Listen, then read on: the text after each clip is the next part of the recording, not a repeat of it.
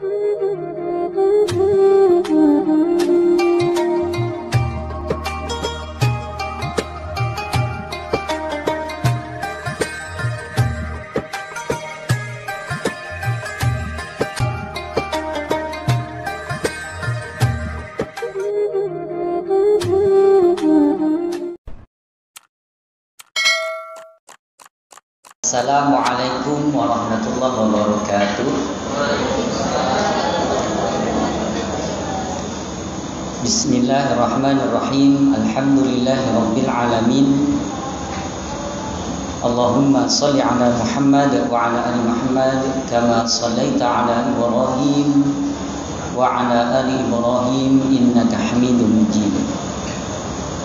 Allahumma barik ala Muhammad wa ala ali Muhammad kama barakta ala Ibrahim wa ala Ibrahim innaka Hamidum Majid. Yang kami hormati Direktur RSM Ahmad Dahlan Kota Kediri beserta jajarannya, Bapak Ibu semuanya, seluruh keluarga besar karyawan di RSM ini, khususnya kepada beliau Ustadz Puji, juga para pengurus takmir masjid Baitul Syifa yang dirahmati Allah. Alhamdulillah, pada siang hari ini Allah himpunkan kita di tempat ini dalam rangka kajian Ramadan, ya. Mudah-mudahan Allah meridhoi apa yang telah kita laksanakan atau yang kita laksanakan, dan Allah menambah keilmuan yang itu menjadi bekal kita dalam mengarungi kehidupan kita ini. Dan yang paling penting lagi, berhimpunnya kita di tempat ini mudah-mudahan termasuk yang disebut Nabi tempat Allah mencurahkan rahmatnya, menaungkan sayap malaikatnya, menurunkan sakinah ke dalam hati kita. Dan yang paling penting Bapak Ibu, ini wis enek sing gawe status napa dereng niku, Pak? Belum. Panjenengan sudah disetatuskan oleh Allah di hadapan makhluknya yang mulia di sisinya.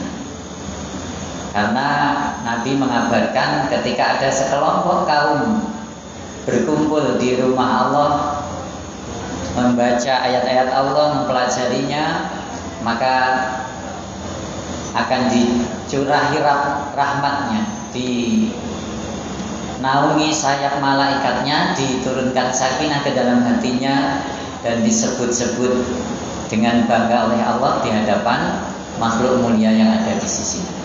Disebut-sebut niku lek saiki kan di status nih, ngoten nggih.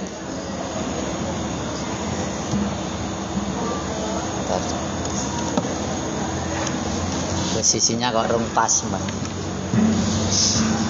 Bapak Ibu yang dirahmati Allah, ini tema yang diberikan pada kami tergolong berat. Ya, karena ini angkat tangan yang mulai TK barangkali, TK, SD, SMP, SMA atau sederajatnya ya, perguruan tinggi. Ada enggak yang mempelajari atau materinya cara mendidik anak yang solih gitu? Bapak-bapaknya ada enggak? Ibu-ibunya angkat tangan yang ada. Ada enggak satu bab yang dulu ketika kita sekolah itu membahas tentang itu? Enggak ada? Hah? Dan ini jadi wong tua gelundungan ngoten berarti. Ada yang enggak pelajari ini yang bawa jadi suami yang baik, itu ada enggak? Jadi ibu atau istri yang baik juga tidak ada. Tapi ini termasuk orang-orang yang berani, walaupun tidak ada ilmu tapi berani berangkat. Ya. Kode kalau aku. Gitu. Ya memang tidak tahu ya. Mestinya ini sesuatu yang penting.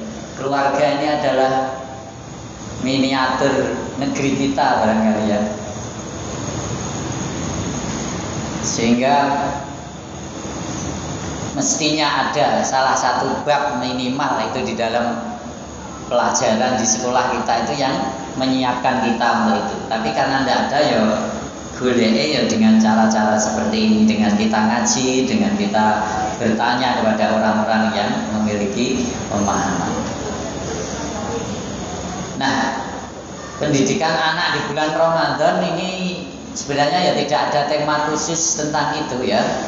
Tetapi ya ini kita ambil saja bahwa Ramadan ini momentum, saat yang tepat untuk kita melakukan pendidikan atau latihan-latihan kepada anak-anak kita. Namun sebelumnya ada tugas yang mestinya kita menjadi fokus kita kepada anak-anak kita itu. Yang pertama ini dari surah Ibrahim itu disebutkan pertama apa? Menjaga tauhid. Mengapa menjaga tauhid kok gak menanamkan? Karena anak kita itu sebenarnya lahir sudah dalam keadaan bertauhid ya. Sehingga tugas kita itu menjaga. Makanya kejahatan terbesar itu Bapak Ibu, itu setelah iblis, penjahat terbesar itu adalah orang tua. Kok bisa? Karena apa?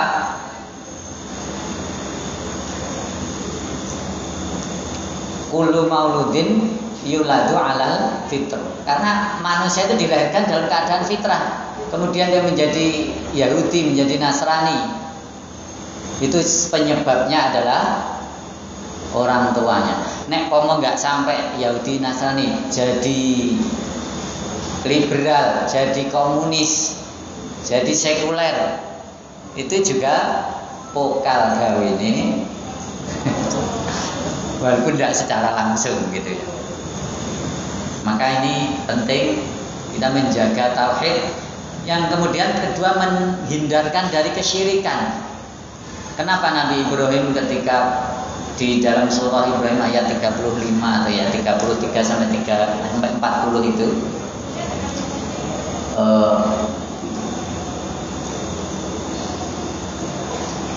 Bait qala Ibrahim rabbi ja'al hadza balada amina wajnubni wa baniya an na'budal asnam.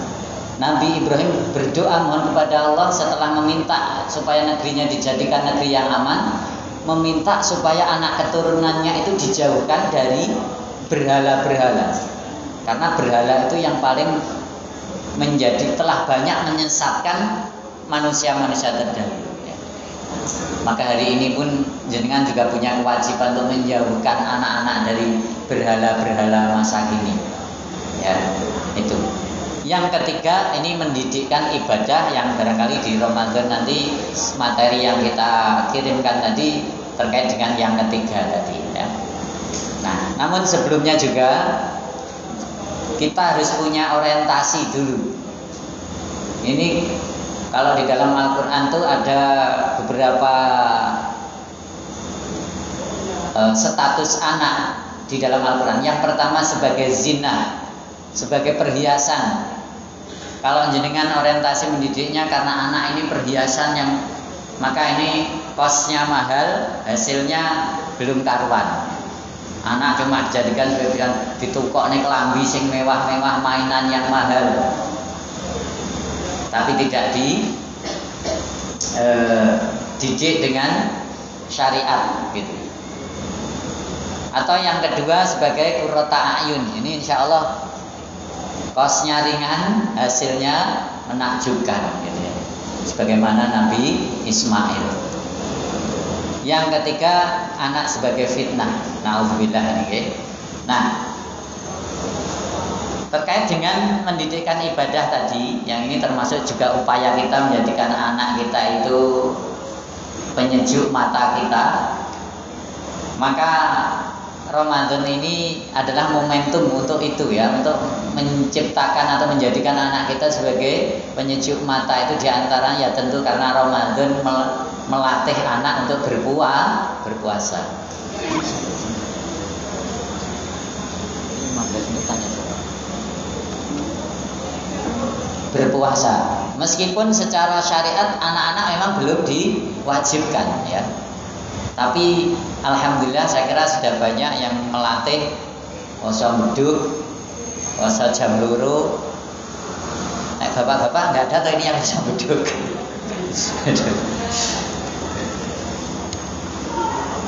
Dan hati-hati karena azannya sama, jangan-jangan sudah azan ada masih zuhur. Nah, yang kedua ini ibadah yang melibatkan jasmani dan rohani. Ya, kita belajar, anak-anak kita belajar keikhlasan, kemudian juga menanamkan sifat muraqabah, merasa diawasi. Karena apa? Andaikan mereka membawa makanan ke dalam kamar, dimakan di dalam, ya sudah tidak ada yang tahu. Tapi karena puasa ini hanya pamer kita kepada Allah Subhanahu wa taala, anak-anak kita ajarkan sedemikian, maka itu tidak dilakukan walaupun tidak ada yang tahu. Ya. Jadi juga sebagai sarana melatih kesabaran. Ini tadi lewat menuju ke sini, saya dari sekolah ke sini itu yang jual es ya banyak yang buka, slogan sekali. Apalagi masuk masjid sini panas sekali Ustaz. Waktunya ganti AC. Produk banter. Iya. Kemudian ini masih terkait itu ya. Bagaimana tentang ini di dalam sejarah awal agama kita ini itu, bahwa para sahabat dulu itu juga melatih anak-anaknya berpuasa. Terbukti di Madinah itu Rasulullah SAW ini, walaupun ini konteksnya bukan Ramadan ya yang menjadi bahasan ini, tapi kita tarik ke dalam Ramadan saya kira tetap relevan ya, bahwa di siang hari Asyura Nabi mengirimkan pengumuman kepada penduduk desa Ansor di sekitar Madinah. Ya. Siapa yang berpuasa maka diteruskan puasanya. Siapa yang tidak berpuasa disuruh puasa untuk esok harinya. Ya. Dan setelah berpuasa, ya mereka menyuruh anak-anak kecil juga ikut berpuasa. Kemudian pergi ke masjid dan mereka membuatkan mainan dari wool gitu ya. Ketika anak-anak mereka merengek, menangis mungkin karena kelaparan, mereka memberikan mainan itu ya. Kalau sekarang anak-anak wis dicekeli HP wis lali maem, lali luwe gitu ya. Tapi itu bukan sesuatu yang baik kalau terlalu lama, terlalu banyak. Nah, maka ini menjadi dasar bahwa meskipun ada yang mengatakan ini tidak disyariatkan, tetapi ini tetap suatu pendidikan yang baik ya. Kemudian Ibnu Umar itu mengumpulkan keluarga dan anak-anak mereka. Ya, ini hadis yang sebelum ke Ibnu Umar, ke Amr bin As dulu, atau Abdullah bin Amr, yang meriwayatkan ketika hendak berpuasa mengumpulkan keluarga dan anak-anak untuk berdoa, yang doanya ini ya, jadi perlulah kita itu kalau dalam ibadah apapun tuh coba jangan terlalu minimalis gitu. Sholat, doa sujud, masa ya kayak zaman kalau bendu gitu. Subhana rabbil a'la gitu, subhana rabbil a'la wa bihamdi. Ya ditambah dengan doa-doa yang lain. Atau doa sujud itu banyak. Termasuk doa puasa. Ini Abdullah bin Amr tadi saya tulis di situ, Allahumma inni as'aluka bi rahmatikal lati wasi'at kulla syai'in antaghfirli. Ya Allah, sesungguhnya aku memohon kepadamu dengan rahmatmu yang meliputi segala sesuatu agar engkau mengampuniku. Nah ini ya, kalau tidak bisa ya istighfar lah paling enggak ya. Kalau tidak panjang. Sebenarnya ketika dengan membaca doa-doa itu kemudian sambil dipahami maknanya itu apa ya? Semakin ya sitik-sitik ya awake dhewe ngerti bahasa Arab gitulah. Doa itu kan kalau tidak minta perlindungan ya minta sesuatu. Kalau minta perlindungan biasa Allahumma inni as'aluka. Kalau minta perlindungan ya Allahumma inni a'udzubika dan seterusnya. Jadi ada semangat di kita untuk jangan terlalu minimalis di dalam beramal, gitu ya. Walaupun ya bercukup-cukup dengan sunnah itu bagus, tapi ini bukan dalam konteks itu ya. Dalam rangka meningkatkan ini ya. Masih dalam kategori nyunah ya. Nah, yang kedua Abdullah bin Umar ya, itu juga berdoa ketika hendak berbuka itu, ya wasi'al maghfirah ighfirli, wahai pemilik ampunan ampunilah aku. Ya intinya pokoknya beristighfar sih ya. Mengapa mereka begitu bersemangat berdoa ini atau juga mengajari keluarga mereka, anak-anak mereka untuk berdoa? Karena apa? Sesungguhnya Allah membebaskan beberapa orang dari kaum muslimin pada setiap hari di bulan Ramadan. Dan setiap muslim apabila dia memanjatkan doa akan dikabulkan. Innalillahi fi kulli yaumin iqa'a minan nar fi syahri Ramadan wa inna likulli muslimin da'watan yad'u biha fayastajibulah. Nah ini jadi mereka itu oportunis, kalau bahasa sekarang itu Bapak-bapak. Oportunis itu apa? Napa ibu-ibu? Kayak muni opor yang ini kalingane ayam. Lihat kecoa seperti kurma gitu. Oportunis itu gambarannya Gonzales itu kalau ada peluang sekecil apapun di depan gawang pasti bisa mencetak gol. Ada peluang ibadah yang ini bukan sekecil apapun, malah besar ini ya. Itu pasti dimanfaatkan. Nah inilah yang mungkin kita itu kadang abai gitu ya. Ya ada peluang-peluang ibadah yang sering kita abaikan ya, mungkin karena belum paham atau ya ada kelalaian karena kita mengerjakan sesuatu. Tetapi ketika itu ada kesempatan, seyogyanya lah kita juga memanfaatkan. Apalagi kalau menjelang berbuka, saya kira adalah waktu yang luang, waktu yang kalau ibu-ibu barangkali menyiapkan takjilnya sudah di awal-awal nih. Kalau begini ini waktu kajian seperti ini apa jam istirahat atau apa? Jam mengaji ya? Oh iya, harus memang diluangkan. Karena malih kelingan kultum saya kemarin. Ini orang-orang kesehatan juga. Bedanya orang hidup dan orang mati itu apa? Ibu-ibu.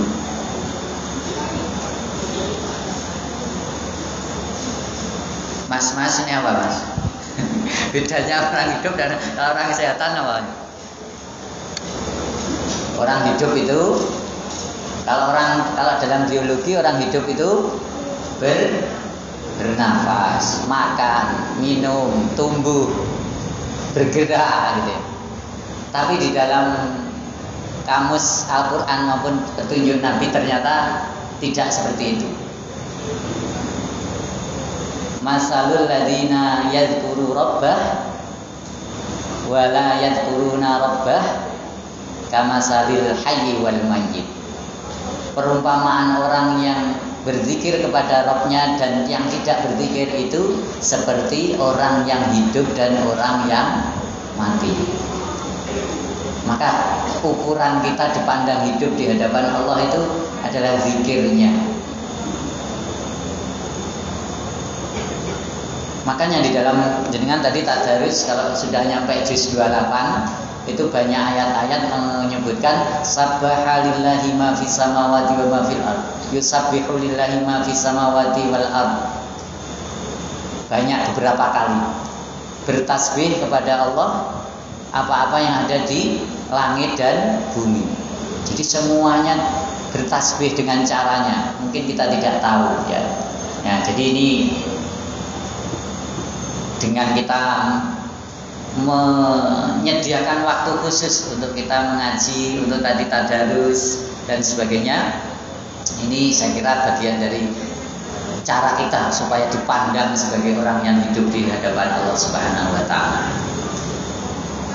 Ada ya?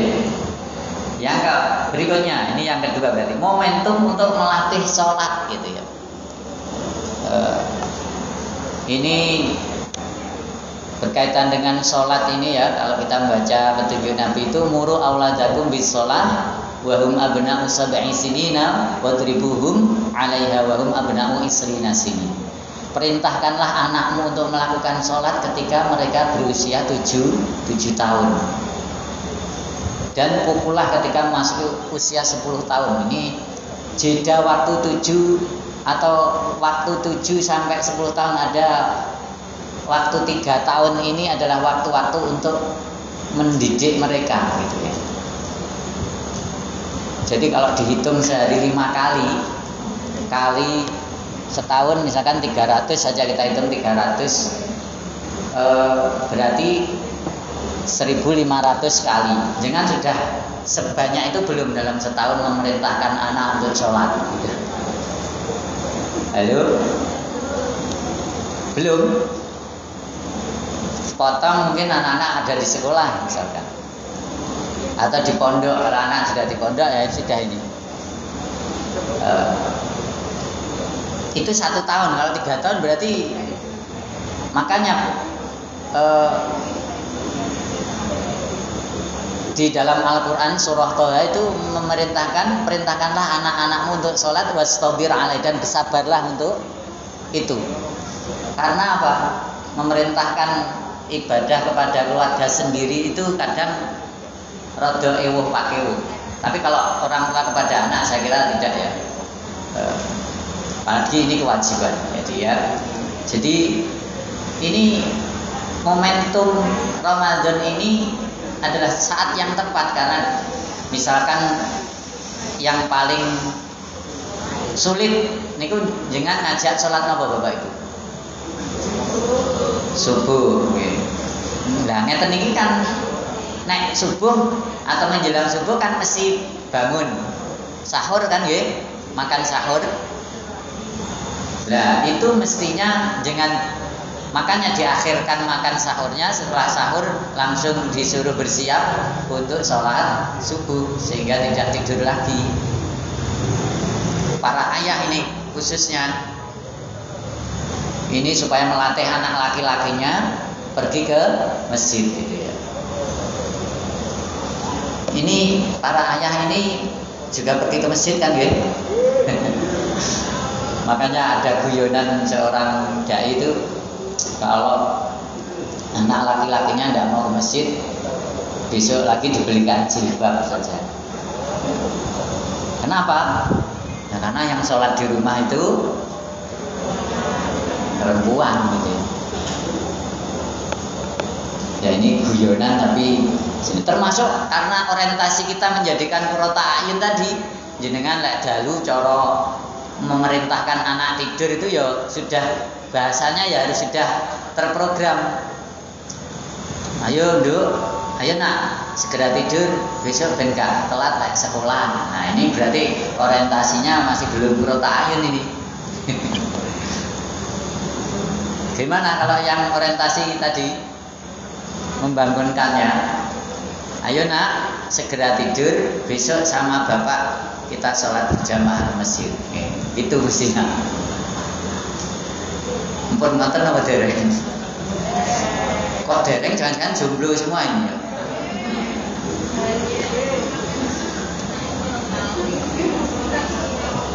mestinya ya dari hal-hal kecil seperti itu kita. Kalau kaitannya dengan tauhid itu mungkin juga dengan sambil jalan-jalan melewati tempat ibadah agama lain misalnya. Oh kenapa toh kok orang-orang Nasrani itu disebut kafir, disebut ya kan memang di dalam surah Al-Ikhlas itu Allahu qul huwallahu ahad, Allah itu satu. Allahus somad lam yalid walam yulad. Allah itu tidak beranak, tidak dianakkan gitu ya. Sambil dengan gonceng ngeterne sekolah mungkin kelas 1 atau masih kecil. Kan Nabi itu kalau memberi pelajaran itu ya dalam momen-momen seperti itu kan dengan anak. Dengan bahasa-bahasa yang tinggi, misalkan idza as'alta fas'alillah. Jika kamu minta sesuatu, mintalah pada Allah. Ya.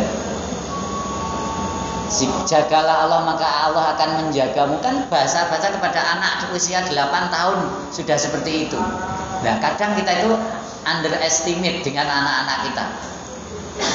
Kita lah ngomong dengan anak-anak itu anak-anak gitu. Guru-gurunya juga ikut demikian. Karena apa? Kalau saya, ya ini mungkin belum suatu penelitian atau apa ya, tapi begini ya. Ya belajar dari tadi Nabi berbincang dengan anak kecil itu bahasanya sudah tinggi. Yang kedua, anak itu belajar itu dengan para guru, dengan orang tua belajar supaya menjadi dewa, bukan menjadi anak-anak gitu ya. Itu kalau logikanya seperti itu ya. Nah, jadi banyak hal yang bisa kita jadikan sarana untuk mendidik anak-anak kita. Di antaranya tadi ya, jadi melatih untuk sholat, termasuk sholat tarawih yang biasanya kita mungkin di rumah tahajudnya ya sakwate dengan ikut tarawih harus dengan jumlah rakaat tertentu ya. Nah ini kalau tidak dilatih ya pasti malas gitu. Termasuk juga bagaimana supaya tidak malas gitu. Ada cerita Bapak Ibu ini kaitannya dengan Panglima Tolut itu ketika diperintahkan untuk berperang melawan Jalut yang zalim, itu membriefing pasukannya, wahai pasukanku, dalam perjalanan kita menuju medan perang nanti Allah akan menguji kita dengan sebuah sungai yang segar airnya. Maka jika kalian nanti melewati sungai itu, janganlah minum kecuali hurfatan biyadi, kecuali hanya seteguk secawuk saja. Barang siapa yang minum maka dia bukan golongan. Benar Bapak Ibu. Ternyata dalam perjalanan tenang lewat sungai yang seger betul. Kabeh akhirnya lali padha ngombe kabeh sak wareke. Hanya sekitar 300 saja yang masih ingat dengan pengarahan atau pesan dari Panglima Tolut. Akhirnya apa? Yang berani melanjutkan atau mampu melanjutkan perjalanan itu hanya yang cuma minum sedikit tadi. Sing kewareken gak kuat nerus nih. Apa pesannya? Ini bukan tafsir tapi mengambil pelajaran saja. Dalam perjalanan kita melakukan ibadah puasa itu Allah uji dengan sungai-sungai kecil, yaitu pada saat maghrib. Sungainya bisa berupa kolak pisang, bisa berupa es garbis, apalagi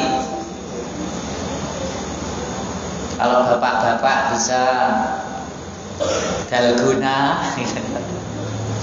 Akhirnya kewareken payah nek hayya 'alas shalah kok ngantuk kewareken gak kuat.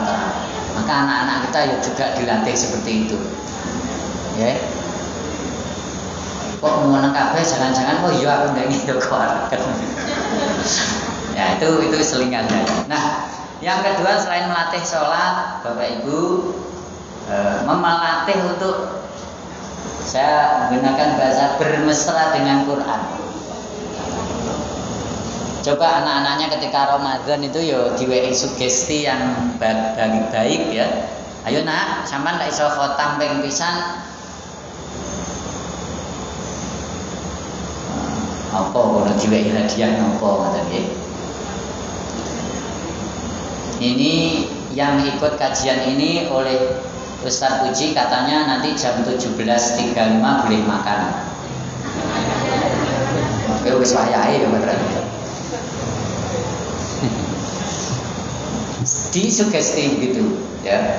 Tapi yang terpenting lagi karena saya ya guru ngaji, guru TPQ itu saya banyak keliling di TPQ karena dulu pernah ngajar di sekolah agak ya rodok keliling di pojok Kediri Utara sama selatan gitu ya. Kemampuan membaca Al-Qur'an anak-anak kita itu kebanyakan ya. Saya tidak tahu detailnya tapi kebanyakan masih belum standar. Sehingga dengan memberi target 1 kali khotam itu boleh jadi sesuatu yang sangat berat. Maka coba dicek dulu kemampuan. Sederhananya gini, nek putrane jenengan membaca 1 halaman itu 3 menit atau 2,5 menit berarti lancar. Nek lebih dari 3 menit, 5 menit atau bahkan lebih, nah ini target 1 kali khotam 1 bulan ini penyiksaan ini. Maka ini wis ukuran sederhana. Kalau ukuran tartil nanti Ustaz Puji yang tahu nanti. Nah itu jadi keakraban dengan Al-Qur'an ini apa? Menumbuhkan handar beni, rasa memiliki terhadap agama yang lebih kuat. Kenapa dulu munculnya metode cepat membaca Al-Qur'an termasuk Iqra ya? Iqra itu diluncurkan karena apa? Untuk membentengi karena aksi misionaris itu menyasar orang-orang bukan hanya karena kelemahan ekonominya, tetapi karena mereka tidak akrab dengan kitab sucinya, ora iso maca ya. Akhirnya handar beninya terhadap agamanya kurang, sehingga ketika ada iming-iming super mie dan sebagainya, apalagi sekarang minyak goreng mungkin ketut kabeh itu ya, itu. Jadi Al-Quran menjadikan rasa memiliki anak-anak kita terhadap agamanya itu lebih tinggi, dan ini penting untuk selain berbagai macam keutamaan Al-Quran lainnya sebagai syafaat, ditambahkan kebaikan sebagai petunjuk, sebagai pembela nanti kita di hari kiamat, dan itu ya. Yang keenam, ini waktunya nanti mungkin lebih ke tanya jawab yang 15 menit. Ramadan mendidik anak-anak kita, saat kita mendidik anak kita untuk bisa lebih akrab dengan kaum muslimin secara keseluruhan. Jadi kaum muslimin itu tidak diperbolehkan sebenarnya hidup sendiri. Kaum muslim yang gaul itu lebih baik daripada yang tidak gaul. Dalam arti apa? Meskipun kalau gaul kita banyak menerima ujian, mungkin ada celaan, cacian, maka dari kesabaran itulah kita diangkat derajat kita oleh Allah. Tapi nek kerem nek omah dewi, pokok aku yang penting sholatku gak tinggal itu tidak lebih baik dari yang gaul tadi. Makanya apalagi sekarang itu berbagai macam fasilitas itu memungkinkan anak-anak kita hanya di rumah saja sudah tercukupi kebutuhannya. Pengen makan, GoFood ada. Pengen sesuatu, belanja online bisa. Kalau tidak diajari untuk berkumpul dengan saudara-saudaranya kaum muslimin, mereka akan menjadi manusia-manusia individual. Ingat Bapak Ibu, ada tugas dakwah yang mestinya diemban oleh putra-putri panjenengan, termasuk panjenengan ya. Karena pada dalam surah Luqman itu di antara 8 nasihat Luqman itu apa? Wa'mur bisolah wasbir ala ma'asobat wanha anil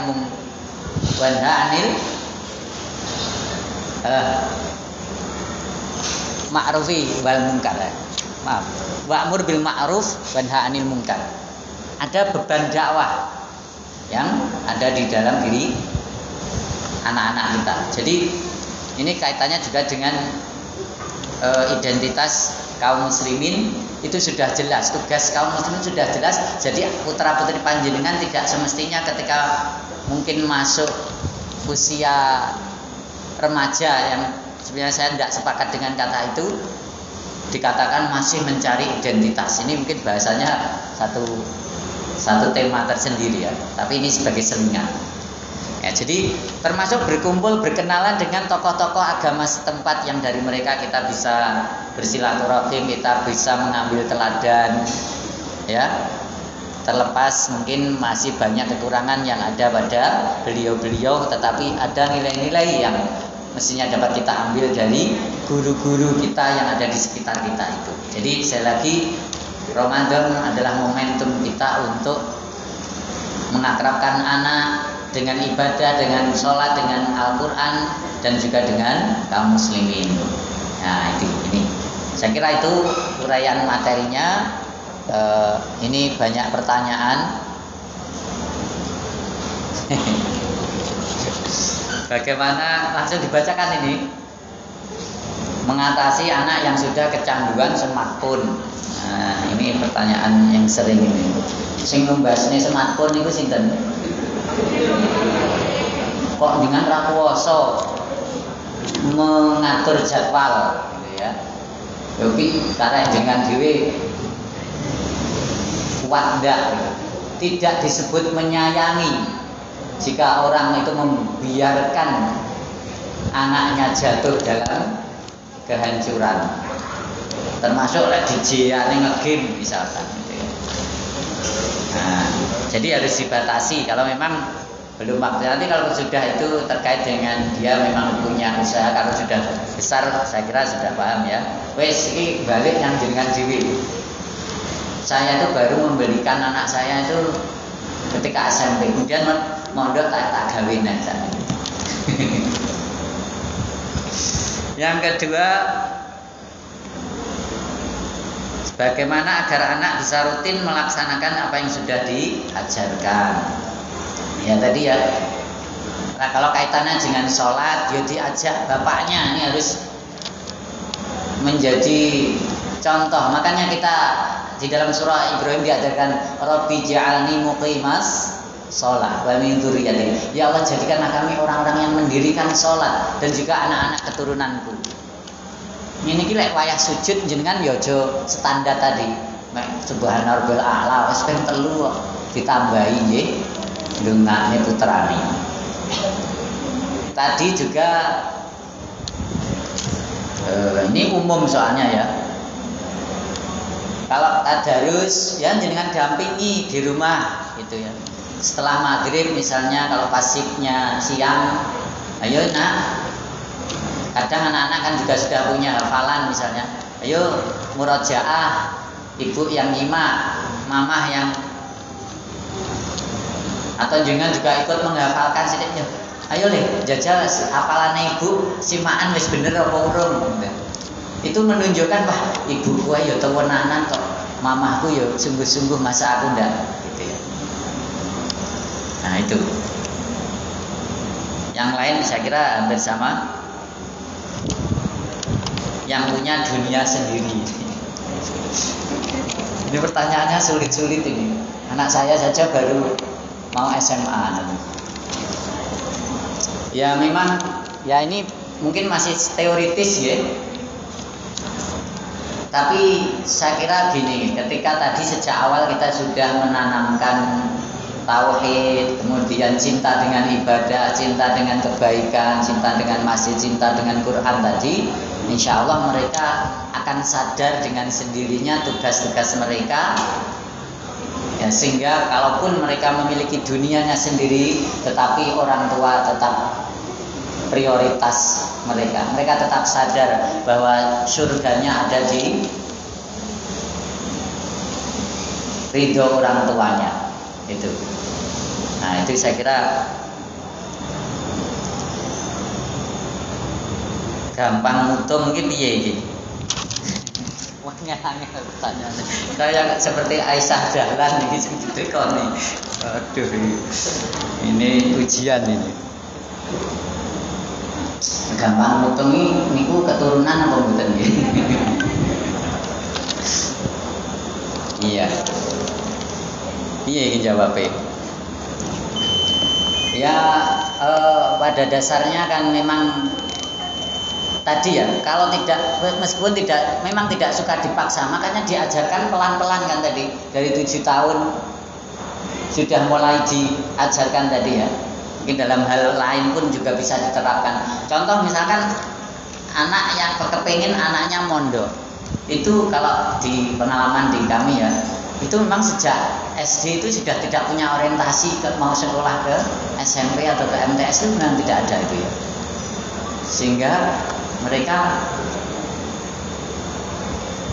gambarannya setelah lulus SD ya mondok, walaupun ketika mengantar pertama itu pulang ya drodosan,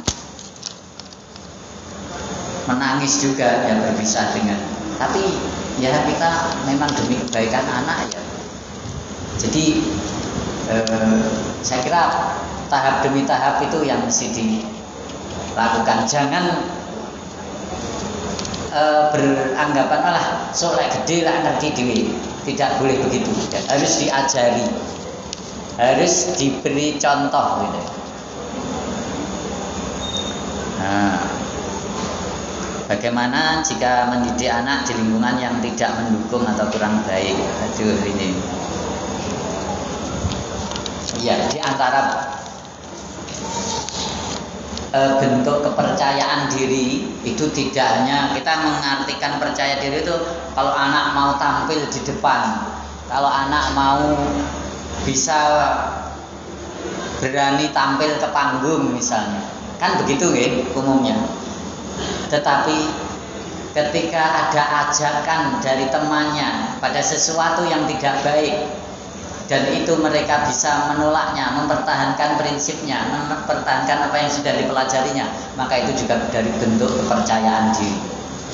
Ya, jadi menanamkan kepercayaan diri dulu kepada apa yang diyakininya dari agama kita ini harus betul-betul ditunjukkan oleh orang tuanya dan kepada anak-anak kita. Bagaimana kalau anak suka membantah ini? Pertanyaannya kok sulit ini ya.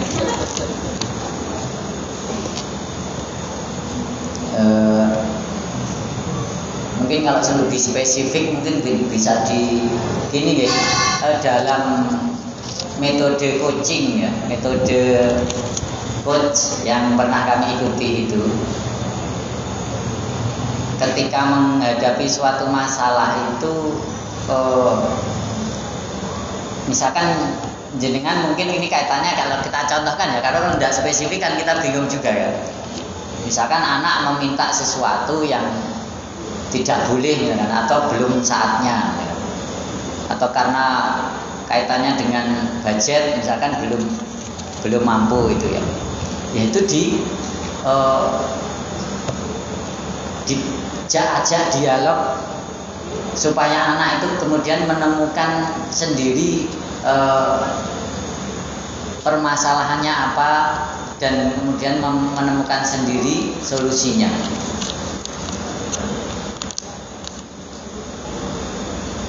Sehingga orang tua tidak memaksa yang kemudian itu akan dibantah ataupun dilawan terus itu ya. Artinya kesabaran di dalam menyampaikan itu termasuk mengarahkan, termasuk apa ya, kalau dalam Al-Quran itu kan jelas mana yang tidak boleh, mana yang boleh. Ketika mungkin dalam psikologi jangan berkata jangan gitu ya, itu sebenarnya kan sesuatu yang tidak jelas. Sementara di dalam Al-Quran sendiri ketika sesuatu itu memang benar-benar dilarang ya kita harus tegas gitu ya. Jadi dialog barangkali ini yang mungkin bisa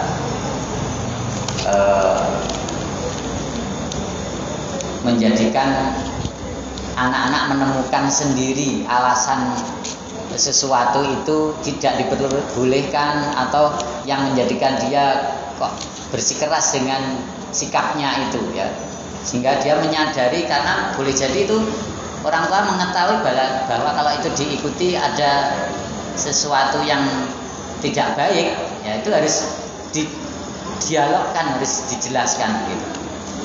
Dan yang terakhir, supaya anak mencintai Quran dan sholat, tadi saya kira Pertama ya, ini secara dasar dulu, pilihkan guru-guru yang terbaik untuk mengajari anak-anak kita Al-Quran ya. Mohon maaf, ini ngaji dengan metode yang terstruktur, yang terbukti bisa mengantarkan anak-anak bisa membaca Al-Quran dengan baik. Mohon maaf kalau Iqra itu sudah lepas dari koordinatornya di Jogja sana, sudah tidak ngurusi, bukunya sudah dicetak bebas, yang ngajar siapa saja, tidak ada sertifikasinya, tidak ada evaluasinya, hasilnya ya begitu-begitu ya. Maka pilih metode yang masih ada koordinatornya, gurunya masih terus mau belajar, ada evaluasinya, ada target yang jelas, kalau lulus anak ini kemampuannya seperti apa, sehingga anak-anak nanti membaca Al-Qur'annya juga lancar enggak? Gitu ya. Masalul ladzi kamasalil ladzi istauqadanan. Macane kamasalil ladzi jadi lauqadanan. Tahu kodanan bolak-balik bulan bani. Kodanan terus akhirnya kemblok. Zalikal kita bula roiba. Sing wis ngono kuwi wis jelas gak iso niku sampai besok ya wis kok lek gede lek lancar dhewe, ndak bisa. Saya punya banyak murid TK, Taman Kawak-kawak. Ya itu ya. Jadi cukuplah lek mungkin kita yang terbata-bata, jangan sampai anak-anak kita terbata-bata gitu ya. Nah, jadi kalau kaitannya dengan Al-Quran, satu ini masih dasar, ajarkan, pilihkan guru-guru yang terbaik ya. Ya, kalau boleh rekomendasi sekarang metode Umi, malah ada Tartila, ada Tilawati, ada An-Nahdiyah, itu masih terkoordinir ya. Tapi kalau yang lain yang tidak ada koordinatornya itu biasanya ya jadinya yo timbang gak ngaji. Kalau berkaitan dengan sholat ya tadi tidak dianggap menyayangi ketika panjenengan membiarkan anak tidur terus sementara azan subuh sudah berkumandang. Ye, itu saya kira sudah cantik kan ini. Iya. Ada satu bagian terakhir ya. Pendidikan agama yang tepat untuk usia kurang dari 2 tahun. Ya.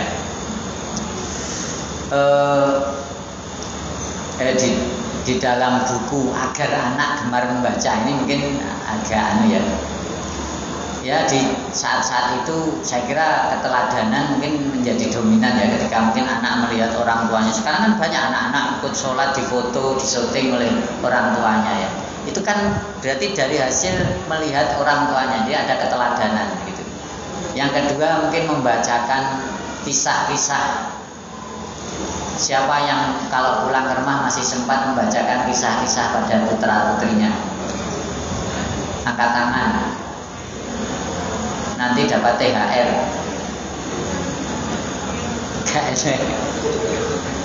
Insya Allah yang ngaji ini semua dapat THR nanti. Bukan yang dari rumah sakit, tunjangan hari rohil. Rohil itu hari kiamat. Ya itu membacakan cerita. Ini mohon maaf, ini kalau di desa-desa itu kan masih usum. Kalau Muhammadiyah kayaknya enggak dia. Usum berjanjen. Angkat tangan sing berjanjenan. Enggak apa-apa walaupun Muhammadiyah. Angkat tangan tok lho. Enggak boleh. Bukan itunya ya, tapi berjanjen itu kan membacakan kisah Nabi, tapi kita mengundangkan orang lain yang dibaca hanya tulisan Arab. Ya itu bagus, tapi coba dengan setelah itu misalkan masih ada ya, kalau tidak ada, yuk belikan buku. Kalau tidak bisa Arab ya terjemah lah, bacakan kisahnya.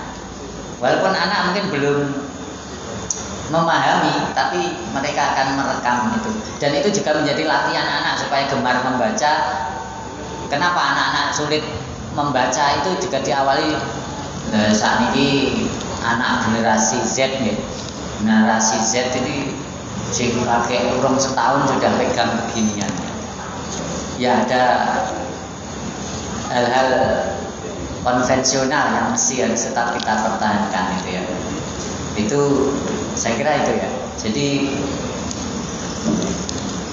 kan ya kalaupun tidak bisa membeli buku ya dari handphone kita kan ada ya kisah-kisah menarik yang itu selain menanamkan kecintaan pada secara teknis melatih membaca tadi walaupun belum waktunya, tapi secara kontennya kisah yang ada di dalamnya itu kan sudah bentuk nilai-nilai kebaikan yang kita ajarkan. Itu cukup. Alhamdulillah sudah asyar dan saya kira masih banyak hal yang belum terbahas.